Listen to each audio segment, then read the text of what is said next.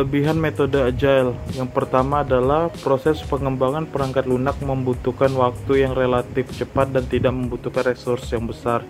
Yang kedua adalah perubahan dapat ditangani dengan cepat sesuai dengan kebutuhan klien. Yang ketiga, klien dapat memberikan feedback kepada tim pengembang dalam proses pembuatan program. Sedangkan kekurangan metode Agile adalah yang pertama, Agile tidak cocok apabila dikerjakan oleh tim yang tidak memiliki komitmen untuk menyelesaikan proyek bersama-sama. Metode Agile ini kurang tepat apabila dikerjakan dengan jumlah skala tim yang besar.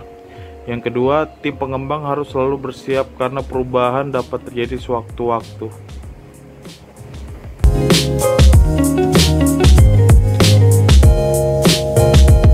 Oke, pada kali ini saya akan menjelaskan mengenai metodologi pengembangan perangkat lunak, yaitu pada Rapid Application Development, yang berkaitan dengan keuntungan dan kerugian dari Rapid Application Development atau pengembangan rekayasa perangkat lunak ini.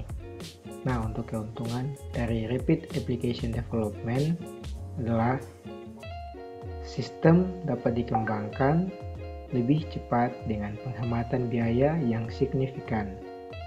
Artinya dia mampu menghemat biaya dan proses pengembangan aplikasi dapat dilakukan dengan lebih cepat. Nah, dan kerugian yang berikut yaitu diantaranya Rapid Application Development menekankan mekanisme sistem itu sendiri dan tidak menekankan kebutuhan bisnis strategis perusahaan. Kemudian kerugian yang kedua yaitu memberikan sedikit waktu untuk mengembangkan standar kualitas, konsistensi, dan desain dalam mengembangkan perangkat lunak itu sendiri.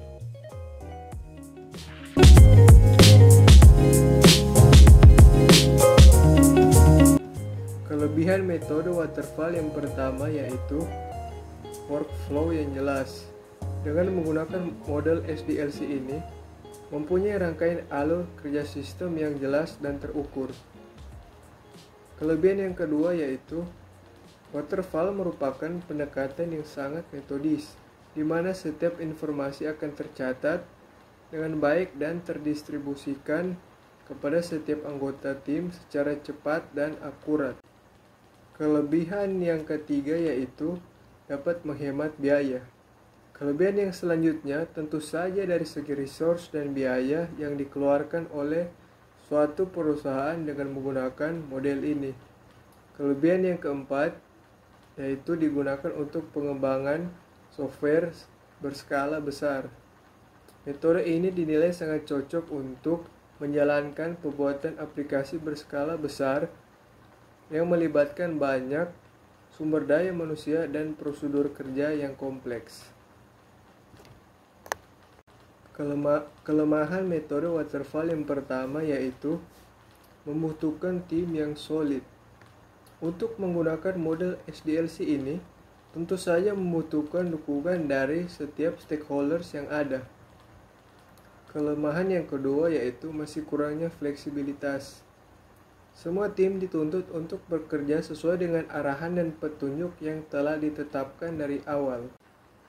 Kelemahan metode waterfall yang ketiga yaitu tidak dapat melihat gambaran sistem dengan jelas. Dengan metode waterfall, customer tidak dapat melihat gambaran sistem secara jelas. Kelemahan yang keempat yaitu membutuhkan waktu yang lebih lama. Proses pengerjaan dengan menggunakan metode waterfall terbilang cukup lama jika dibandingkan dengan model SDLC yang lain.